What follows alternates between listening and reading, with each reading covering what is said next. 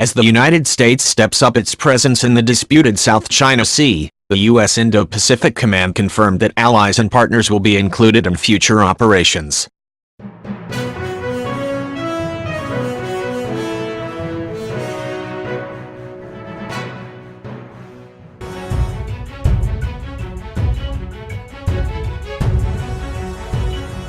Speaking before the U.S. Senate earlier this week, Indo-Pacific Command Commander ADM Philip Davidson noted how other countries have started stepping up its freedom of navigation operations in the contested waterway, according to a report from USNI News. We've had allies and partners in the region: the UK, Japan, Australia, New Zealand, Canada, France, all in one form or another step up their operations in the South China Sea, and I think that shows the international community's willingness to push back, Davidson told the U.S. Senate Armed Services Committee. The Indo-Pacific Command chief warned that Beijing has been working to expand its form of ideology through fear and coercion, breaking existing rules and international order.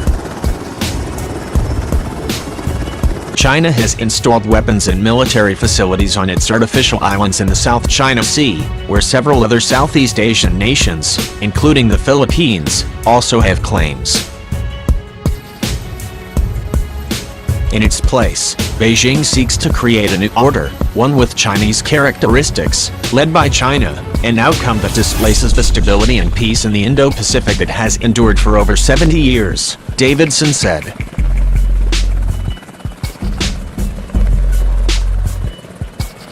Davidson also reported that Chinese Coast Guard vessels have been regularly harassing and intimidating Filipino fishing vessels operating near Scarborough Shoal, as well as fishing fleets from other neighboring countries.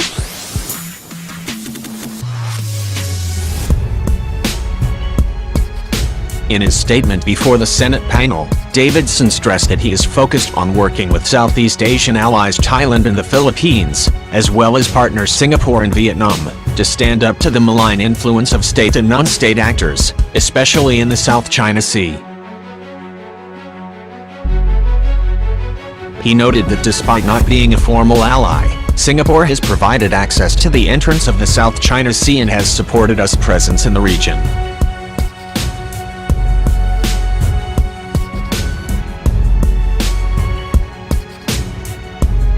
Davidson commended Vietnam for sharing some of the U.S. principles on international rule of law and freedom of navigation, and for having one of the loudest voices on the maritime dispute.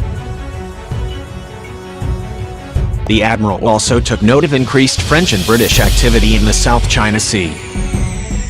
The recently concluded cooperative deployment with the HMS Argyle and USS McCampbell in the South China Sea highlights the value of multinational operations and, more importantly, the international message to those who seek to infringe on the ability to fly, sail, and operate wherever international law allows, Davidson said, referring to the recently concluded joint trials between the UK and US navies. British Defence Minister Gavin Williamson earlier confirmed that the Royal Navy would sail HMS Queen Elizabeth in the South China Sea. The British Navy's largest warship would carry 2 squadrons of F-35 jets from the UK and the US. Williamson, however, did not disclose when the warship will be deployed.